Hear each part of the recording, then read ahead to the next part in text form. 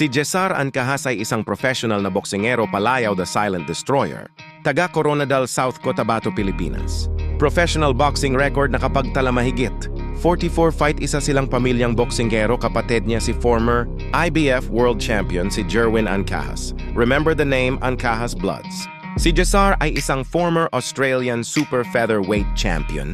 Pinakamagandang exposure niya panalo sa isang Australian boxer by majority decision kontra Adrian Campbell noong Agosto 26, 2005. Ginanap sa Entertainment Penrith, New South Wales, Australia. Panalo din sa isang Indonesian boxer by technical knockout kontra Yopi Rajangawa noong January 14, 2005, ginanap sa RCTI Studio, Jakarta, Indonesia. Panalo din by technical knockout sa isang Japanese boxer si Makoto Saito noong Marso 11, 2004. Ginanap sa Korakuen Hall, Tokyo, Japan, mga kilalang kalaban sina Elmo Traya Marlon, Auta Joel de la Cruz, Michael Parinas.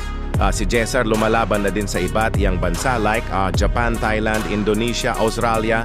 Si Ancahas bago naging professional, lumaban muna siya sa mga amateur boxing competition at nakapag-uwi din ito ng mga gintong medalya. Lumaban din sa Australia noong Mayo 21, 2001. Kontra Alfredo Yariseto panalo si Ancahas by point. Last fight niya si Greg Eddy. Sa ngayon, si Cesar ay isa ng professional boxing trainer at may mga hawak din siya.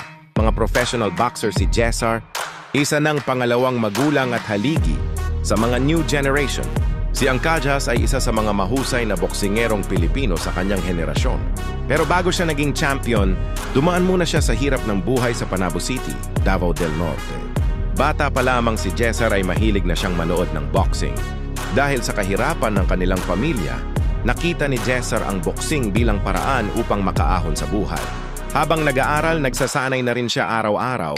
Sa murang edad, nakilala siya sa amateur boxing dahil sa kanyang bilis, depensa, at malalakas na suntok. Nakapagkampiyon siya sa maraming amateur tournaments kabilang laban niya sa Australia. Hindi naging madali ang kanyang paglalakbay. Lumaban siya sa iba't ibang lugar sa Pilipinas at maging Australia, Japan, Thailand upang makilala. Unti-unti niyang binuo ang kanyang pangalan sa boxing world. Dumating ang pinakamalaking tagumpay niya noong 2005. Marami siyang matagumpay na laban at naging inspirasyon sa mga batang nangangarap maging boksingero. Kahit naging kampiyon na siya, nanatiling simple si Cesar. Madalas niyang sabihin na mahalaga pa rin ang edukasyon at disiplina sa buhay.